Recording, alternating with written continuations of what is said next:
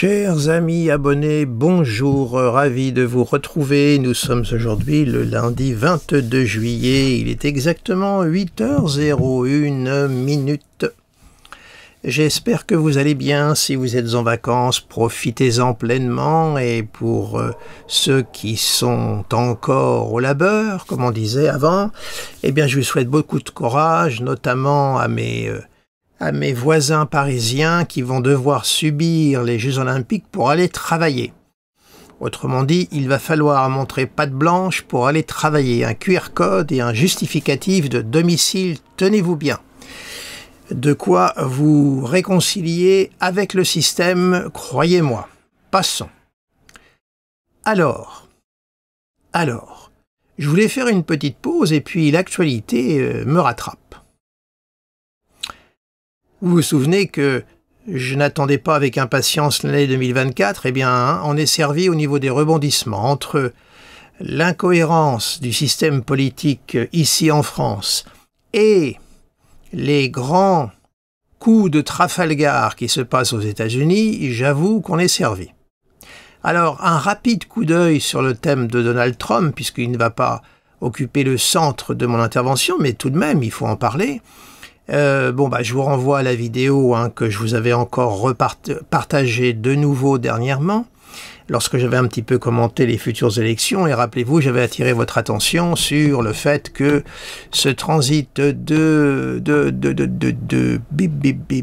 d'Uranus sur le milieu du ciel de Donald Trump réservait des inattendus et des coups de Trafalgar. Eh bien là, nous en avons une éclatante démonstration, puisque l'arrivée de Mars a réveillé la planète lente. Vous savez, il y a une règle en astrologie, c'est la rapide qui va stimuler la lente. C'est-à-dire que les planètes lentes s'installent, déplient leur pactage et puis elles se mettent à roupiller, elles s'installent. Et elles sont réveillées, attisées par les planètes rapides. Et là, c'est Mars qui est venu réveiller Uranus. Le moustique est venu piquer Uranus. Et les deux, là, il leur en faut pas beaucoup pour les énerver. Ce sont deux planètes de feu. Deux planètes de combativité, de colère, d'impulsivité, de violence, d'insurrection. C'est clair, c'est de la révolution.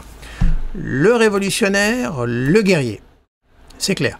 Et là, on voit que Donald Trump a ça la culmination, et on voit ce qui se passe. On peut dire qu'il est servi entre sa tentative d'assassinat qui a avorté, et fort heureusement, et là maintenant le retrait de Joe Biden, c'est encore un gros coup de Trafalgar, et ça relève bien d'Uranus qui marque l'imprévu, l'inattendu, qui peuvent nous laisser en état de sidération. Et l'attentat de Donald Trump, on l'a vécu en direct, ça a fait le tour de la planète en direct, c'est bien Uranus qui met tout en pleine lumière, qui révèle au grand jour. Et là, on a assisté en direct à sa tentative d'assassinat et on a vu la chance inouïe qu'il a eue de tourner la tête à ce moment-là. Vraiment, Sinon, on aurait assisté à une horreur en direct. Après Kennedy, on aurait assisté à l'assassinat de Donald Trump, si ce n'est que Kennedy, c'était du direct différé à l'époque. Alors là, on était en direct et on a tous été saisis et en état de sidération, ce qui relève bien du transit d'Uranus. Donc, attention, comme je l'avais dit, au coup de Trafalgar d'inattendu. Certes, Donald Trump est le grand favori, mais grand favori, ça ne veut pas dire qu'il va être élu. Parce qu'avec cet Uranus-là, il faut se méfier. Il réserve toujours des inattendus de taille. Et là, Trump, il est servi. Maintenant, qui a-t-il à voir devant lui? La grande inconnue. Voilà pour la petite note de Donald Trump.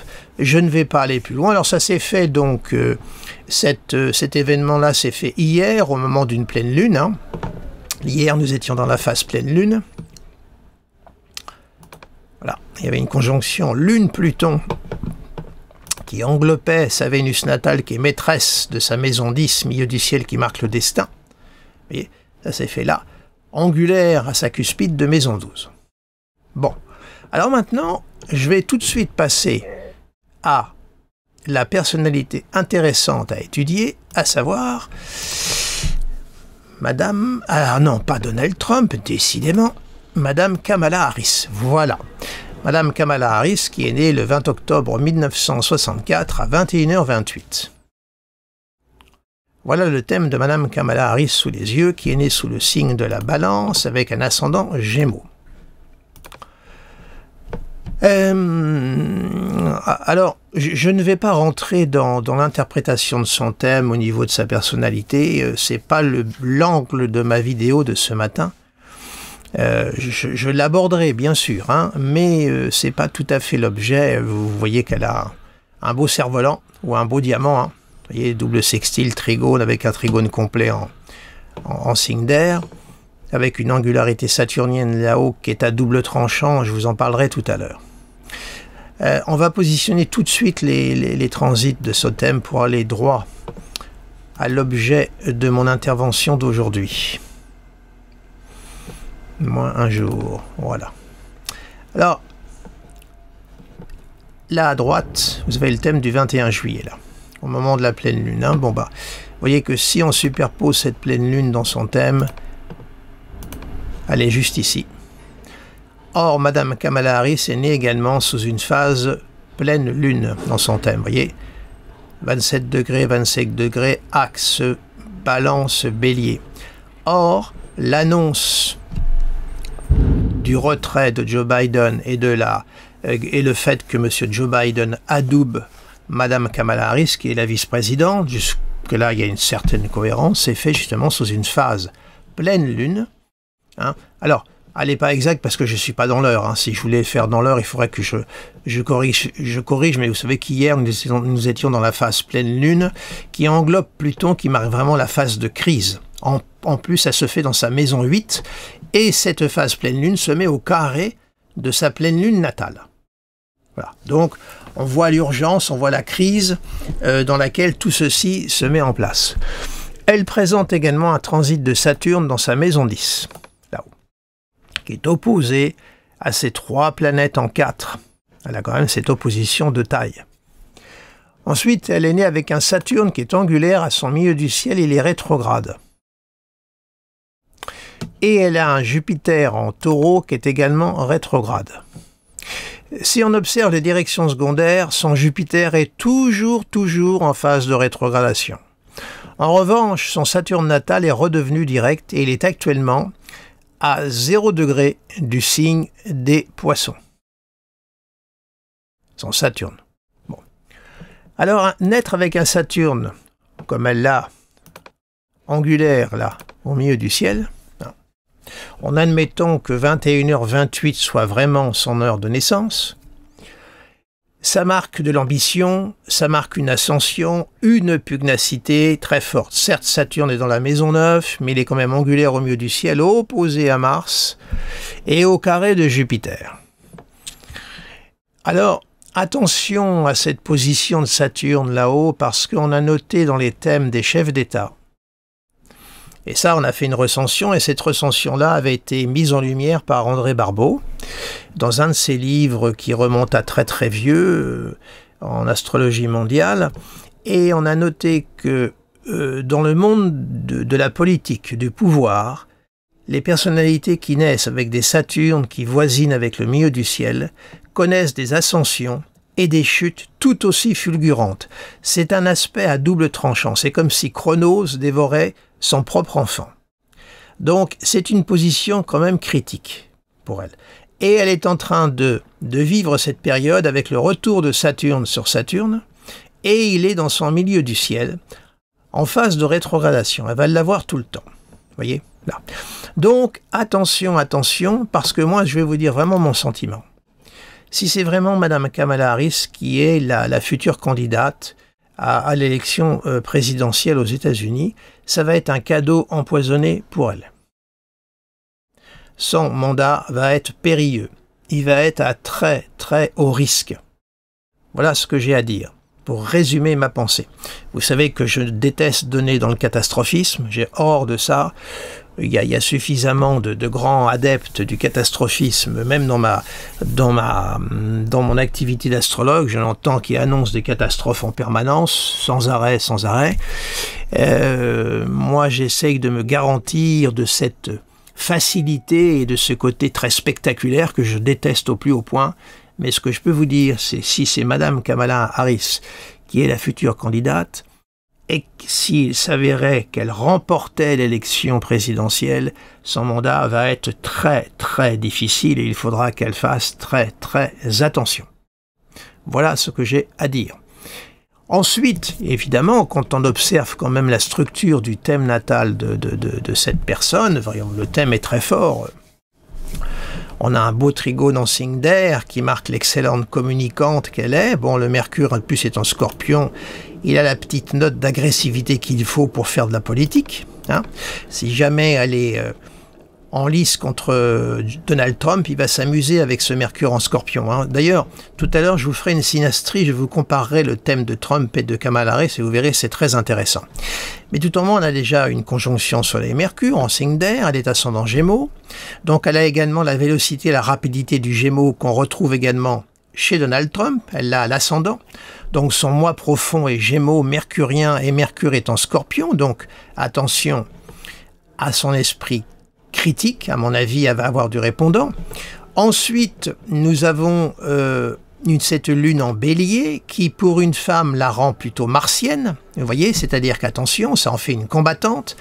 Cette lune du bélier est au trigone d'un Mars-Lion, tout comme Donald Trump a un Mars en Lion. Un trigone lune bélier à Mars-Lion, ça en fait une femme de caractère, une battante, c'est clair. Elle ne baisse pas pavillon comme ça, il y a du courage dans ce thème indéniablement, il y a de la volonté, Saturne qui culmine, là-haut, il y a du courage, il y a de la volonté, de la détermination. Alors l'opposition Saturne-Mars peut rendre, comment dirais-je, peut-être l'énergie un petit peu fluctuante. On dit que c'est un aspect de cyclothymie en astrologie. Après, il faut voir comment elle le gouverne, puisque ce Soleil est quand même, ce Saturne est quand même au trigone du Soleil et de Mercure, hein, donc il y a un beau contrôle. Je ne pense pas que cette opposition soit si, comment dirais-je, sensible, mais il faut voir. Hein, je m'engage un peu. Hein. Elle a le nœud nord sur son axe d'horizon, donc il faut vraiment qu'elle mise sur elle-même. Je pense que c'est une femme qui doit avoir une bonne dose de confiance en elle. Bref, le thème présente il y a des belles configurations. Alors, il n'y a que ce Jupiter-là, par contre, qui me dérange un peu. C'est la planète du pouvoir. Il est le maître de sa maison 7 qui marque les appuis, les partenaires, également les ennemis déclarés qu'on identifie. Mais attention, parce que là, ces ennemis déclarés passent en 12, donc attention. Ça fait double, comment dirais-je, prudence à avoir. Et puis il est rétrograde et il n'est toujours pas redevenu direct. Et il est quand même au carré de Saturne et au carré de Mars. Donc c'est ce Jupiter qui me gêne un peu. Hein. Ce Jupiter 12 marque la vice-présidente. Voilà, elle est dans l'ombre du président. Voilà. Mais maintenant, elle veut accéder à la lumière. Et la lumière, c'est Neptune, Saturne. C'est pas des planètes de lumière. Comment va-t-elle vivre le rayon lumineux de l'exercice du pouvoir en tant qu'éventuelle future présidente? Attention, parce que ce Saturne-là, comme je viens de vous le dire, il est à double tranchant. Mais le thème, en dehors de ça, présente des très très belles aptitudes. Mais sous cette phase pleine lune, voyez, qui était reliée alors elle a également le transit de Neptune qui est juste dans sa maison 10 actuellement. Vous voyez, dans son maison 10, il est là-haut, Neptune. Il ne fait pas d'aspect particulier pour l'instant. Il est libre, vous voyez. Le maître de 10 qui est là-haut dans sa phase de rétro.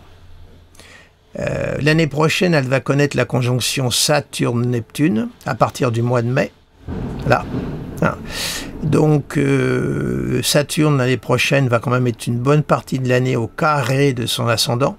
Vous voyez, donc c'est pour ça que je vous dis vraiment, c'est une femme ambitieuse, c'est clair, mais je trouve que cette nomination, ce coup de Trafalgar, comme je l'appelle, vous voyez, Uranus en transit, vous voyez, ça touche son Jupiter natal. Hein. Vous voyez, hein, bon, ça se passe dans la 12, qui n'est pas une maison de lumière, qui est plutôt une maison de secret. Je trouve que ça joue comme cadeau empoisonné pour elle. On verra. Vous voyez ce grand carré qui est complètement... C'est le carré cruciforme, parce qu'en réalité, vous avez la pleine lune de son natal et la pleine lune en transit. Donc on a le carré cruciforme. Hein.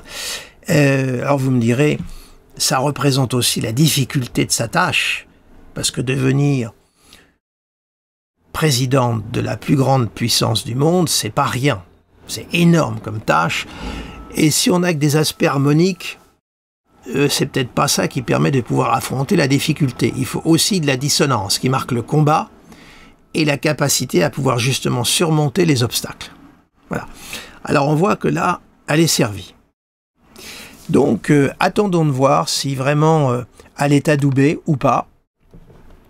On peut en toute logique le penser, mais il faut se méfier. En politique, il faut toujours rester prudent. C'est Joe Biden qui l'adoube, mais maintenant, est-ce qu'elle va vraiment être désignée? Là, pour l'instant, tout le laisse à croire, mais nous verrons. Nous verrons ce que ça va donner dans les quelques semaines qui viennent, puisque je crois que la convention des démocrates va se tenir au mois d'août. Donc c'est pas tout de suite. Je crois que c'est du 19 au 22 août. Voilà. Donc c'est quand même pas tout de suite. Alors, on verra bien ce qui va sortir de tout cela. Mais ils vont être obligés d'aller très très vite pour désigner un candidat tout de même. Ils n'ont pas le choix, les démocrates là. Et là, pour Trump, c'est encore un nouveau coup de vis qui lui arrive du destin. Encore, voilà. Parce qu'évidemment, si Biden était resté, c'était du gâteau pour lui, bien entendu. Mais voilà, Uranus est là-haut, à la culmination de son thème, et lui réserve des coups durs, des coups de Trafalgar. Alors maintenant, je vais vous montrer voilà, la synastrie entre Donald Trump et Kamala Harris. La synastrie, c'est la comparaison des deux thèmes. Alors là, c'est très intéressant. Vraiment. Et là, on peut se dire que si c'est vraiment elle qui est face à Trump, Trump, il va avoir du fil à retordre. Il la traite Kamala la dingue, Kamala la folle. À mon avis, il va falloir qu'il fasse attention, qu'il baisse un petit peu de son arrogance, parce que avec elle, à mon avis, il va avoir du répondant. Parce que quand on voit les deux thèmes, c'est très intéressant. Moi, quand j'ai vu les deux tomes, je me suis dit, ils auraient mieux fait de s'associer que de se combattre. Et vous allez comprendre pourquoi. Alors, donc, procédons par étapes. L'ascendant de Kamala Harris, qui est à 24 degrés des Gémeaux, se superpose à côté du soleil de Donald Trump. Vous voyez, l'ascendant, regardez. Alors là, c'est une toile d'araignée, je voulais vous épargner ça. J'ai essayé de vous faire un petit peu de nettoyage, parce que c'est vrai que c'est assez compliqué à lire, n'est-il pas? Alors voilà, vous voyez l'ascendant. Alors, à l'extérieur, c'est le thème de Madame Kamala Harris, et à l'intérieur, le thème de Monsieur Donald Trump. Kamala Harris, son ascendant est à côté du soleil de, vous voyez, 24 degrés, l'ascendant de Kamala Harris. Il est conjoint au soleil. Dire qu'elle va être éblouie par le personnage, j'en doute fort, mais l'ascendant passe à côté du soleil, c'est-à-dire qu'elle a les moyens de le capter et de le percer à jour. C'est pour ça que je vous dis qu'ils auraient mieux fait de s'associer que de se combattre, et vous allez comprendre pourquoi. Mais voilà, ils sont dans des camps différents, les idéologies politiques sont différentes. Ça, c'est une chose. Ensuite, on va poursuivre l'attaque. Le Mars de Madame Kamala Harris est à 21 degrés du Lion. Il rentre dans la maison 12 de Donald Trump et il est en conjonction de son soleil. Deux Mars qui sont côte à côte. Soit les Mars sont en parallèle et mettent en parallèle leur combativité, leur agressivité dans un but commun, ou alors c'est la friction, ça fait des étincelles, ce sont les épées qui se croisent. Et là, je peux vous dire que tous les deux Mars très très orgueilleux, ça va faire des étincelles, croyez-moi. En plus, le Mars de Kamala Harris rentre dans la 12, elle a les moyens d'être nocive envers Joe Biden, croyez-moi. Donc il va falloir qu'il fasse attention. Joe Biden, pardonnez-moi, Donald Trump. Monsieur Donald Trump va falloir qu'il se méfie de Kamala Harris, mais vraiment. Ensuite, regardez, le Jupiter de Madame Kamala Harris est conjoint au milieu du ciel et vient faire le carré. C'est-à-dire que le principe d'autorité est pile à la culmination. C'est du pousse-toi de là que je m'installe. Alors certes, son Jupiter, en revanche, il est rétrograde, c'est vrai, mais il reste qu'en synastrie, son Jupiter est là-haut. Là-haut, c'est-à-dire qu'elle apparaît en position de force, en réalité. C'est pousse-toi de là que je m'installe. Et il est au carré de son Mars natal. Vous voyez, la synastrie est intéressante. Si c'était associé, ça aurait fait un sacré couple au niveau challenge et combativité. Mais voilà, ils s'opposent. Et bien, je peux vous dire que les face-à-face vont être vigoureux de chez vigoureux. Ensuite, le soleil de Kamala Harris, voyez, est au trigone du soleil de Joe Biden, 27 degrés, trigone. Le Mercure, lui, qu'est-ce qu'il fait? Il est au carré de Saturne, c'est un Mercure Scorpion. Bon, il est pas dans le trigone du soleil, vous voyez, il est au sesquicarré d'Uranus, au carré de Vénus, et il est au sextile de l'ascendant. Bon. Son soleil, d'ailleurs, à Madame Kamala Harris, vous voyez, est en conjonction du Jupiter de Joe Biden. Vous voyez, vraiment, on voit un rapport de force et de pouvoir et d'autorité, là. Parce qu'on a la conjonction. Jupiter, Soleil sont des principes larges d'expansion. Donc, on a la conjonction. Donc, on voit que vraiment, entre le Jupiter sur la cuspide du milieu du ciel et le Soleil conjoint, c'est pousse-toi de là que je m'y mette. Là, c'est limpide. Ensuite, autre élément très intéressant. Le Saturne de Kamala Harris, qui est en Verseau, est pile à l'opposition du Mars de Donald Trump. Vous voyez? Ça veut dire quoi? Ça veut dire qu'elle a les moyens de pouvoir contenir, contrôler les actions, l'agressivité de Donald Trump. Elle a les moyens de lui opposer sa puissance saturnienne. Vous voyez, en plus, son Saturne est également au trigone du Soleil de Donald Trump. Vous voyez, elle a un trigone. Donc, elle a Soleil, Mars, ce sont deux planètes de feu, deux planètes, comme on dit, de virilité. C'est du principe yang. Eh bien, elle arrive avec son Saturne et elle a la possibilité, effectivement, de contrôler, d'arriver à maîtriser toute la faconde et la combativité, l'impulsivité de Donald Trump. Elle a la possibilité d'y faire face. Donc, elle est vraiment armée pour faire face à Donald Trump, parce que Donald Trump, c'est une machine de guerre. Voilà, ce Mars qui se lève, vous vous souvenez au moment de l'attentat, quand il s'est dressé le poing en l'air en disant « fight, fight, fight », c'est ce Mars lion orgueilleux qui s'est dressé. Là, on a vu l'instinct de l'homme se dresser d'une façon absolument incroyable. Donc, comment dirais-je, Donald Trump est une vraie machine de guerre. En plus, le thème est très fort. La chance qu'il a eue, on peut dire qu'elle est due à sa conjonction Soleil-Uranus, vous voyez, au trigone de son Jupiter. Les conjonctions Soleil-Jupiter sont toujours des conjonctions qui protègent. Comme je dis toujours lors de mes consultations, ça ne met pas à l'abri des épreuves, ça ne met pas à l'abri des coups durs, mais ça permet toujours de s'en sortir au dernier moment. Il y a toujours une forme de providence qui vous protège et qui vous tire d'affaire. Et là, on peut dire que la providence, elle a été avec lui le jour de l'attentat. Vraiment, Vous voyez, il a quand même Soleil au trigone de Jupiter. Vous voyez, il a un Jupiter qui est très fort, Donald Trump. Le thème est costaud, vraiment, c'est un thème très puissant, Trump. Donc il faut se mettre devant. Le seul élément qu'il a dans son thème très critique, comme j'ai toujours dit, Pluton, Mars sont les ennemis dans l'ombre, et ils sont très puissants, et ils sont très dangereux.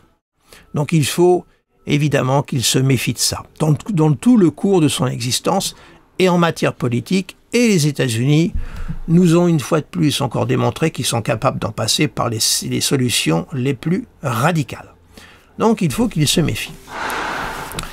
Voilà ce que je voulais vous dire de ce court événement. Alors on va suivre l'actualité, on va voir si Madame Kamala Harris est vraiment élue, et ensuite suivre cet affrontement entre ces deux personnalités. Vous voyez un peu le rôle d'Uranus à l'accumulation d'un thème. En astrologie, vous avez une belle démonstration. Vous voyez, c'est Uranus qui a été réveillé par Mars, qui est venu l'asticoter. Et là, on voit ce qui se passe pour Donald Trump. Il a, en l'espace quand même de 8 jours, il en a connu. Voilà. Mais l'homme a de la ressource. De toute façon, lui, c'est une machine. C'est Soleil-Uranus, c'est l'indépendance, hyper auto-centré sur soi. Jupiter qui vient en rajouter. Bref, l'homme a de quoi faire, c'est sûr. il a de quoi faire. D'ailleurs, le mercure de... Je m'aperçois que le mercure de Kamala Harris, qui est à 1 degré du Scorpion, est quand même au trigone du mercure de Joe Biden. Hein. Ça, il y a un trigone normalement. Même, je sais que mes éphémérides sont très serrés, mais il y a quand même le trigone. Ça fait 7 degrés. Voilà. Bon, moi je le compte là. Mon logiciel ne le marque pas parce que j'ai serré de très très près les orbes. Hein. Vous savez, je serre toujours, mais il y a un trigone. Donc, je dis, ils auraient pu s'entendre. Hein. Mais voilà. La synastrie est une chose, la réalité en est toujours une autre, et c'est la réalité qui impose sa volonté. Hein. Ne l'oubliez jamais dans les règles d'interprétation. Contextualiser et coller à la réalité, cela vous évitera de partir dans des délires d'interprétation, comme j'en vois quelquefois chez certains de mes consoeurs et confrères. Restez toujours les 2 pieds bien ancrés dans la réalité, ça vous évitera de partir dans des délires d'interprétation. Hein. Voilà. Il y avait une chose aussi que j'avais notée, que j'ai vue. Oui, vous voyez, la lune de Donald Trump, là, qui est en Sagittaire, est conjointe à la cuspide de la maison 4 de Kamala Harris. Et cette lune-là est justement au trigone du Mars de Kamala Harris. Vous voyez, il y a un trigone exact. Lune-Mars, vous voyez, 21 degrés, 21 degrés. Tenez, regardez. Vous voyez. Pour ça, je dis, ils auraient mieux fait de s'associer. Hein. Ça aurait été, alors là, le couple, les Bonnie and Clyde de la politique. Mais, bon, bah, c'est et puis l'axe d'horizon qui s'inverse. Vous voyez, l'axe d'horizon qui s'inverse. Le fond du ciel, alors, c'est le fond du ciel, le milieu du ciel, je vais y arriver. Le milieu du ciel de Kamala Harris qui se superpose sur le descendant de Donald Trump, et évidemment le fond du ciel qui se superpose sur son ascendant. Et c'est comme si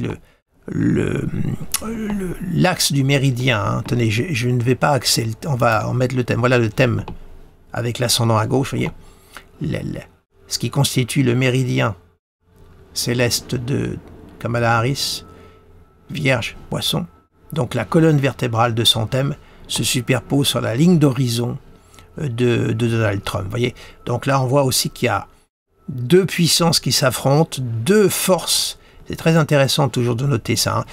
Il y a eu, enfin non, c'était pas la même chose entre Gabriel Attal et Macron. C'était une inversion d'ascendant et de descendant. Ils étaient inversés. Mais là, c'est le méridien de l'un qui se superpose sur la ligne d'horizon de l'autre. Donc on voit que quelque part, c'est comme si les destins étaient appelés à se rencontrer et à livrer bataille.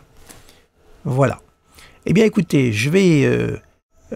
alors, je ne sais pas si j'avais mis le thème de Donald Trump. Non, je ne crois pas. Non, je n'avais pas mis. Donc, je vais arrêter ici ce bavardage et je vais vous souhaiter une agréable journée en ce lundi.